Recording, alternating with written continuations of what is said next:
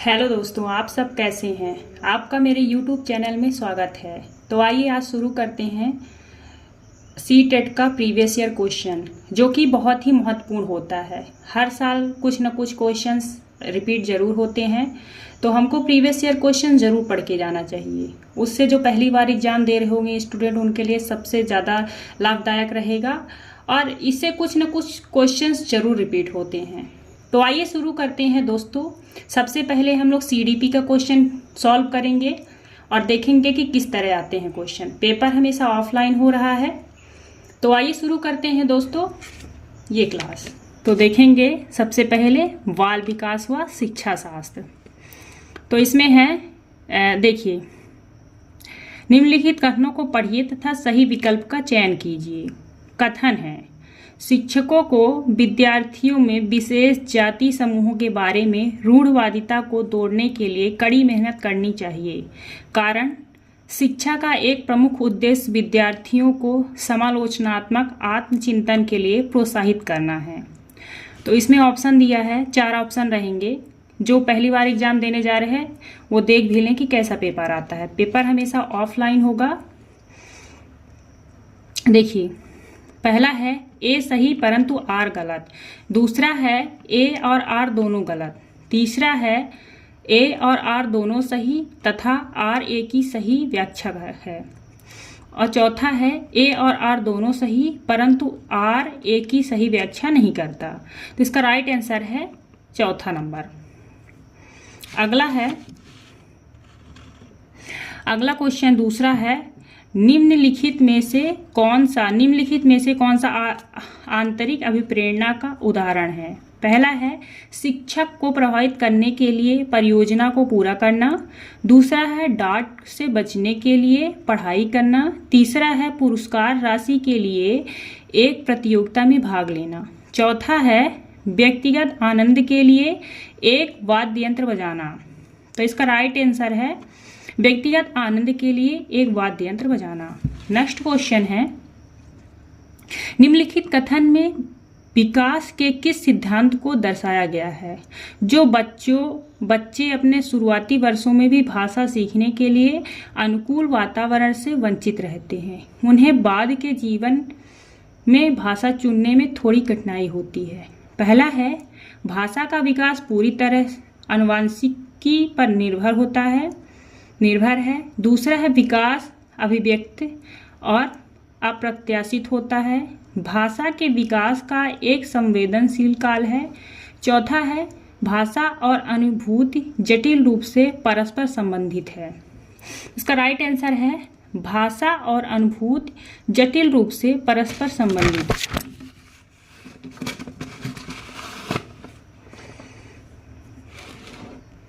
Next question है, अधिगम के सामान्य सिद्धांत बताते हैं कि विद्यार्थी बेहतर रूप से सीखते हैं यदि शिक्षक पहले अवधारणा को उसके प्रतीकात्मक रूप में प्रस्तुत करें और फिर उसके भौतिक रूप में आए। दूसरा है पहले अवधारणा का पूर्ण रूप से परिचय दें और फिर उसकी बारीकियों पर आएं।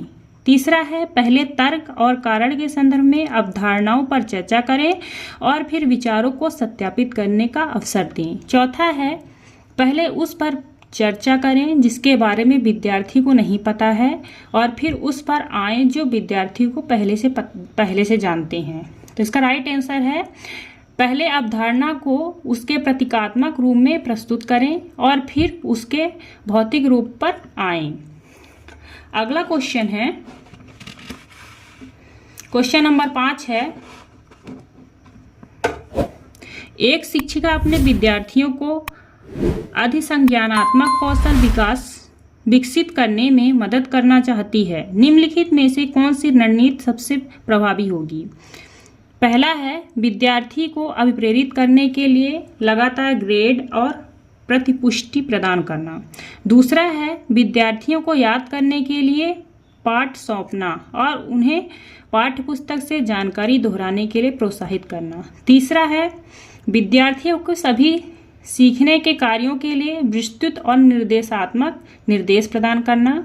चौथा है विद्यार्थियों को प्रोत्साहित करना कि वे स्वयं अपने अधिगम पर चिंतन करें और अपनी प्रगति का मूल्यांकन करें। इसका राइट आंसर है विद्यार्थियों को सभी सीखने के कार्यों के लिए विस्तृत और निर्देशात्मक निर्देश प्रदान करना। अगला है क्वेश्चन नंबर 6 है, निम्नलिखित कथनों को पढ़िए तथा सही विकल्प का चयन कीजिए। अभिकथन है, शिक्षकों को संकल्पना को मजबूत करने के लिए विद्यार्थियों को अपने स्वयं के संकल्पना के उदाहरणों और गैर उदाहरणों की पहचान करने के लिए कहना चाहिए। कारण मतलब ये कथन है और कारण में उसका कारण ऐसा होना चाहिए। उदाहरणों के बारे में सोचने से संकल्पना को मजबूत किया जाता है, जबकि गैर उदाहरण विद्यार्थियों को भ्रमित करते हैं। तो इसमें इसका राइट आंसर है ए सही परंतु आर गलत। 2, ए और आर दोनों गलत। तीसरा, ए और आर दोनों सही तथा ए आर की सही व्याख्या है। चौथा है, ए और आर दोनों सही हैं परंतु आर ए की सही व्याख्या नहीं है। तो इसका राइट आंसर है ए और आर दोनों सही है तथा आर ए की सही व्याख्या करता है। अगला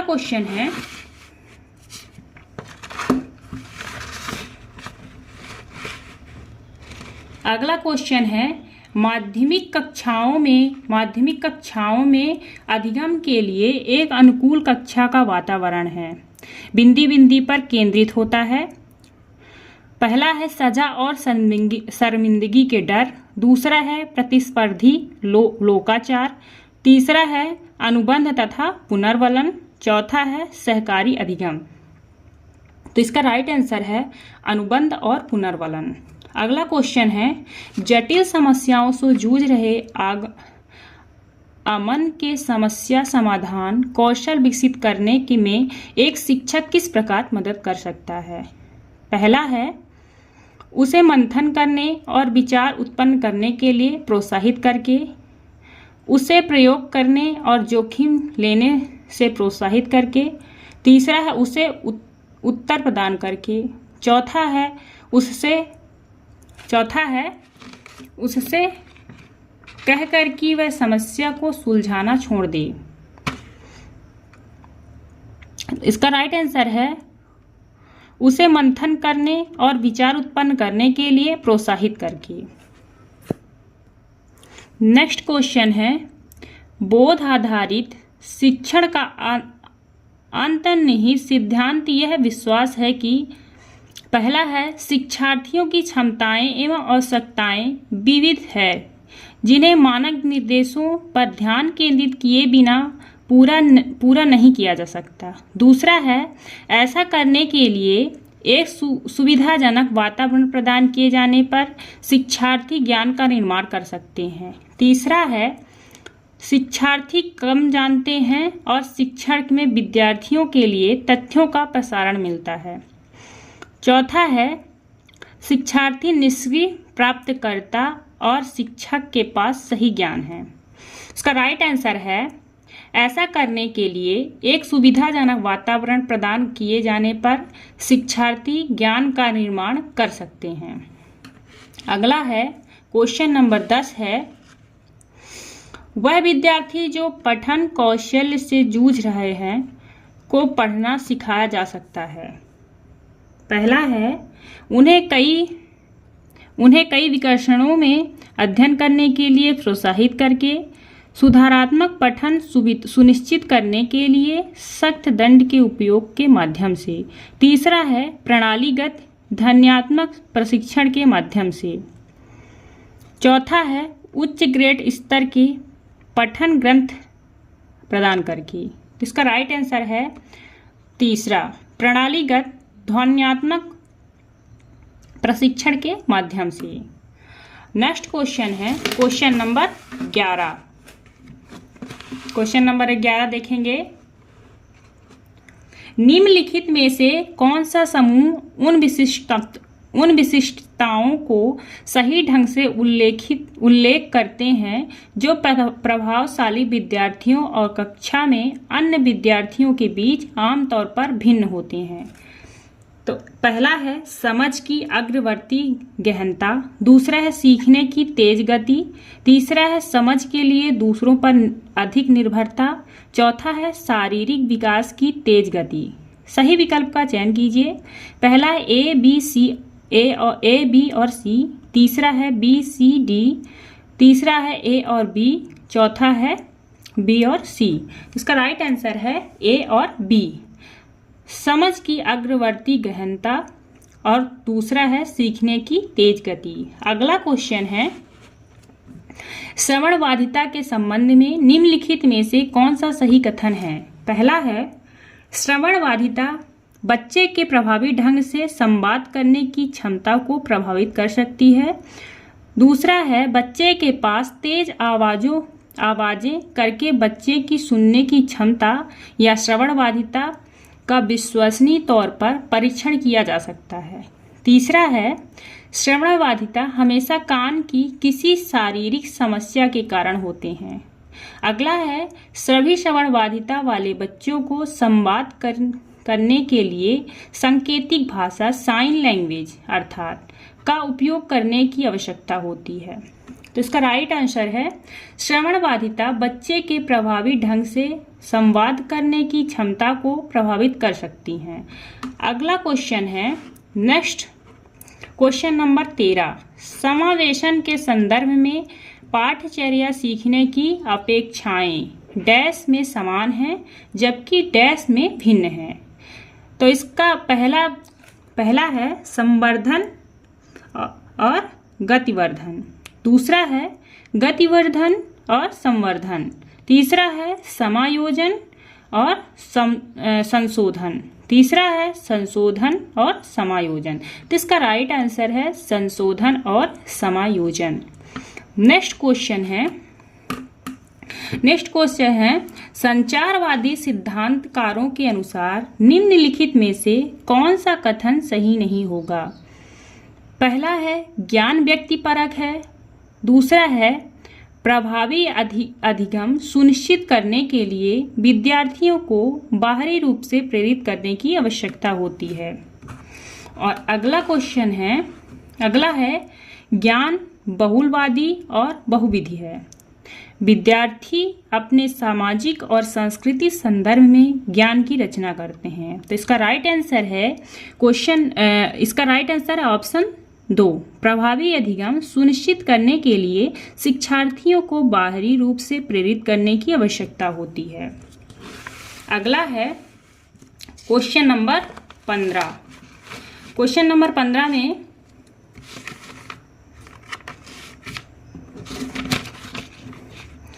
एक प्रगतिशील कक्षा में विद्यार्थी अधिक प्रश्न नहीं पूछते हैं, शिक्षक से प्रश्न पूछते हैं, एक दूसरे से प्रश्न पूछते हैं, स्वयं से प्रश्न पूछते हैं। तो इसका सही विकल्प का चयन कीजिए। तो इसमें है बी और डी, दूसरा है बी सी डी, तीसरा है ए, चौथा है बी और सी। तो इसका राइट आंसर है बी सी डी, यानी एक को छोड़ के सभी। शिक्षक से प्रश्न पूछते हैं, एक प्रगतिशील कक्षा में विद्यार्थी शिक्षक से प्रश्न पूछते हैं, एक दूसरे से प्रश्न पूछते हैं, स्वयं से प्रश्न पूछते हैं। ठीक है। अगला है क्वेश्चन नंबर 16 है बुद्धि के संदर्भ में निम्नलिखित में से कौन सा दृष्टिकोण विद्यार्थियों के बीच विविधता के सामंजस्यपूर्ण विचार का समर्थन करते हैं। पहला है बुद्धि वातावरणीय कारकों से प्रभावित नहीं होते हैं, दूसरा है बुद्धि को मापने के लिए बुद्धि लब्धि परीक्षण ही एकमात्र साधन है, तीसरा है बुद्धि बहुआयामी है और समय के साथ बदल सकती है, बुद्धि आनुवंशिक कारकों से प्रभावित नहीं होती है। तो इसका राइट आंसर है बुद्धि बहुआयामी है और समय के साथ बदल सकती है।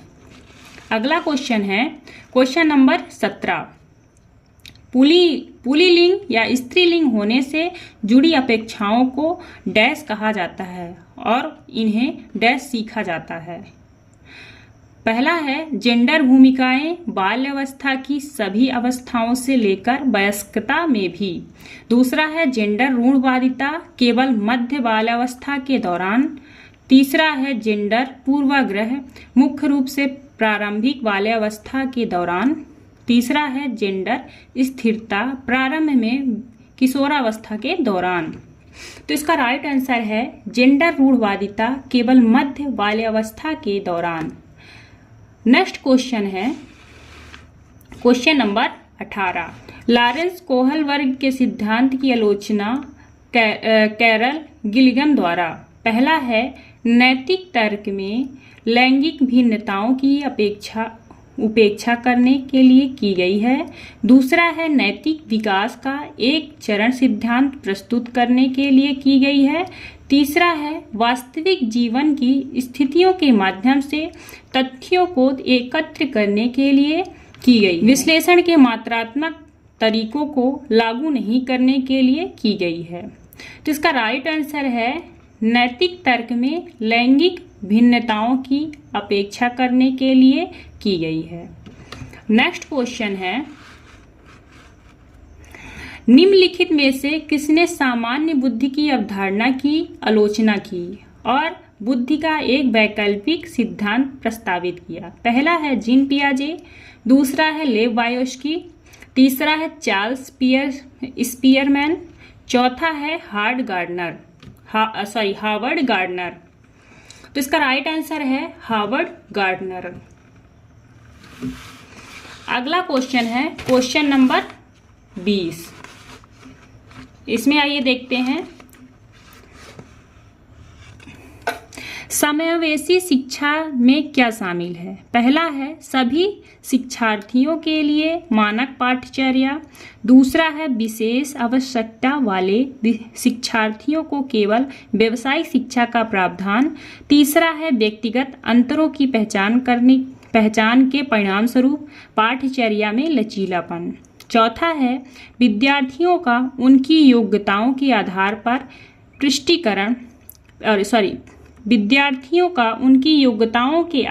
पर पृथक्करण व वर्गीकरण करना।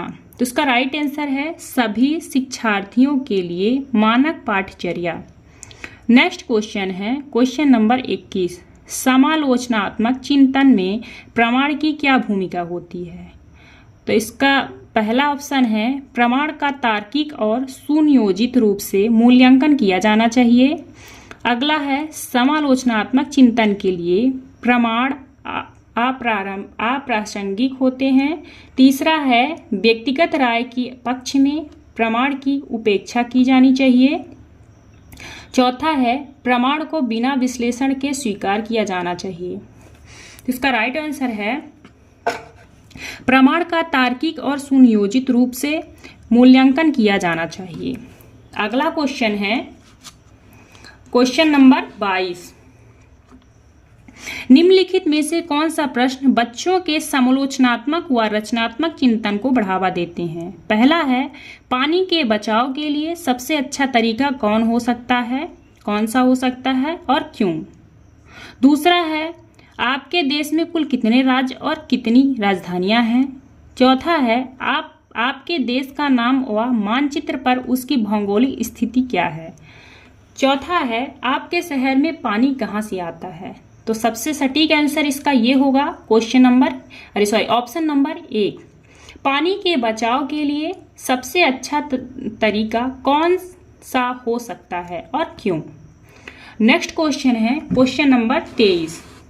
निम्नलिखित कथनों को पढ़िए तथा सही विकल्प का चयन कीजिए। अभिकथन बच्चों में संज्ञानात्मक विकास पर भाषा के प्रभाव पर जीन पियाजे और लेव वायोस्की के दृष्टिकोण से भिन्नता है। दूसरा है कारण खोज अधिगम में शिक्षक अवसर प्रदान करता है और विद्यार्थी स्वयं जानकारी प्राप्त करने के लिए उन्मुख होते हैं। पहला है ए सही परंतु आर गलत, दूसरा है ए आर दोनों गलत, तीसरा है ए आर दोनों सही तथा आर ए की सही व्याख्या करता है। चौथा है ए और आर दोनों सही परंतु आर ए की व्याख्या नहीं करता। इसका राइट आंसर है ए सही परंतु आर गलत। नेक्स्ट क्वेश्चन है क्वेश्चन नंबर 24। तो आइए देखते हैं क्वेश्चन नंबर 24। निम्नलिखित कथनों को पढ़िए तथा सही विकल्प का चयन कीजिए। अभिकथन है, बच्चों के बीच विकासात्मक दरों की काफ़ी भिन्नताएं मौजूद होती हैं। कारण है, विकासात्मक अंतर आनुवंशिक और अनुभवनात्मक विविधताओं को जटिल अंतःक्रिया का एक अनिवार्य परिणाम है। ऑप्शन है ए सही परंतु आर गलत, ए और आर दोनों गलत। तीसरा है ए और आर दोनों सही, ए आर की सही व्याख्या करता है। और चौथा है ए और आर दोनों सही परंतु ए आर की सही व्याख्या नहीं करता। तो इसका राइट आंसर है ए और आर दोनों सही है और आर ए की सही व्याख्या करता है। यहाँ पे अभिकथन को ए माना गया है और कारण को आर माना गया है। नेक्स्ट क्वेश्चन है क्वेश्चन नंबर 25। भाई बहन के रिश्ते या रिश्तों। पहला है, माता पिता और साथियों के साथ संबंधों में भिन्न होते हैं और बाल्यावस्था में समाजीकरण में महत्वपूर्ण भूमिका निभाते हैं। दूसरा ऑप्शन है, केवल प्रारंभिक बाल्यावस्था में ही महत्वपूर्ण भूमिका निभाते हैं। तीसरा है कि समाजीकरण में अधिक भूमिका नहीं है। चौथा है, माता पिता और साथियों के साथ संबंधों के समान और बाल्यावस्था में समाजीकरण में महत्वपूर्ण भूमिका निभाते हैं। तो इसका राइट आंसर है माता पिता और साथियों के साथ संबंधों के समान हैं और बाल्यावस्था में समाजीकरण में महत्वपूर्ण भूमिका निभाते हैं। नेक्स्ट क्वेश्चन है, महारत, निपुणता, लक्ष्य और प्रदर्शन लक्ष्य में क्या अंतर है। पहला ऑप्शन है, महारत लक्ष्य विफलता के बचने पर प्रेरित होते हैं, जबकि प्रदर्शन लक्ष्य दूसरों से अनुमोदन और मान्यता प्रदान प्राप्त करने का केंद्रित होते हैं। दूसरा है, महारत लक्ष्य दूसरों से अनुमोदन प्राप्त करने के पर केंद्रित होते हैं, जबकि प्रदर्शन लक्ष्य विफलता से बचने पर केंद्रित होते हैं। तीसरा है, महारत लक्ष्य में दूसरों के साथ प्रतिस्पर्धा करने के लिए एक निश्चित स्तर के प्रदर्शन को प्राप्त करने पर ध्यान केंद्रित किया जाता है, जबकि प्रदर्शन लक्ष्य के खुद के कौशल और कार्य की समझ में सुधार करने पर ध्यान केंद्रित करता है। चौथा है, महारत लक्ष्य और कौशल और कार्य की समझ में सुधार करने पर केंद्रित होते हैं, जबकि प्रदर्शन लक्ष्य उच्च ग्रेड प्राप्त करने या बाहरी पुरस्कार प्राप्त करने पर केंद्रित होते हैं। तो राइट आंसर इसका ऑप्शन नंबर 4 ही है। नेक्स्ट क्वेश्चन है क्वेश्चन नंबर 27। निम्नलिखित में से कौन सी पियाजे की संज्ञानात्मक विकास के सिद्धांत की सीमा है। पहला है, वह संज्ञानात्मक विकास की भाषा की भूमिका पर अत्यधिक बल देते हैं। दूसरा है, वह संज्ञानात्मक विकास में जैविक कारकों की भूमिका को ध्यान में नहीं रखता है। तीसरा है, वह संज्ञानात्मक विकास पर संस्कृति और सामाजिक कारकों के प्रभाव को ध्यान में नहीं रखता है। चौथा है, वह संज्ञानात्मक विकास में व्यक्तिगत भिन्नताओं को ध्यान में नहीं रखता है। तो इसका राइट आंसर है, वह संज्ञानात्मक विकास में जैविक कारकों की भूमिका को ध्यान में नहीं रखता है। तो नेक्स्ट क्वेश्चन है क्वेश्चन नंबर 28। अब कुछ ही क्वेश्चन बचे हैं दोस्तों। पियाजे के अनुसार गुणात्मक रूप से 4 भिन्न अवस्थाएं हैं। पहला है, दुनिया की विभिन्न संस्कृतियों में व्यापक रूप से भिन्न होते हैं। दूसरा है, बच्चों के जेनेटिक कोड पर निर्भर होते हैं। तीसरा है बच्चों के विकास के सार्वभौमिक पैटर्नों पर प्रतिनिधित्व करती हैं। चौथा है उदाहरण देकर समझती हैं कि बच्चों का मन लघु वयस्क मन होता है। तो इसका राइट आंसर है ऑप्शन नंबर 3, बच्चों के विकास के सार्वभौमिक पैटर्नों का प्रतिनिधित्व करती हैं। अगला क्वेश्चन है क्वेश्चन नंबर 29। लेव बायोत्स्की का मानना है कि विकास प्रकृति में असंतत है, सीधे परिपक्वता के परिणाम से होता है, सीधे सामाजिक संपर्क के परिणाम से होता है, आनुवांशिक प्रोग्रामिंग का खुलासा है। तो इसका राइट आंसर है सीधे सामाजिक संपर्क के परिणाम से होता है। नेक्स्ट क्वेश्चन है, ये आखिरी क्वेश्चन है। सीडीपी में सिर्फ 30 ही क्वेश्चन आते हैं, सीटेट में। निम्नलिखित कथनों को पढ़िए तथा सही विकल्प का चयन कीजिए। पहला है अभिकथन, प्रत्येक वर्ष लता जो कि कक्षा 7वीं की शिक्षिका है, उनके क्षेत्रों में कैरियर पर चर्चा करने के लिए एक महिला गणित प्रोफेसर और एक पुरुष नर्स को अपनी कक्षा में आमंत्रित करती हैं। कारण है लैंगिक जेंडर अंतर जन्मजात हैं और समाज के माध्यम से अधिग्रहित नहीं है। पहला है ए सही परंतु आर गलत, दूसरा है ए आर दोनों गलत, तीसरा ए आर दोनों सही तथा ए आर की सही व्याख्या करता है, और चौथा है ए और आर दोनों सही परंतु आर ए की सही व्याख्या नहीं करते हैं। तो दोस्तों इसका राइट आंसर है ए और आर दोनों गलत हैं। तो दोस्तों ये क्लास कैसी लगी कमेंट में ज़रूर बताएं, और इसके आगे ये पूरा पेपर करवाना है या नहीं करवाना है आप कमेंट में ज़रूर करें। और भी सब्जेक्ट जैसे हिंदी है, इंग्लिश है, संस्कृत है, और भी जो मेन सब्जेक्ट है जैसे साइंस है, जिसका मैथ है और सोशल साइंस है, तो आगे इसके कराना है या नहीं कराना है कमेंट में ज़रूर बताएं। और अगर ये पेपर आपको समझ में आया है तो लाइक शेयर ज़रूर करें। धन्यवाद दोस्तों।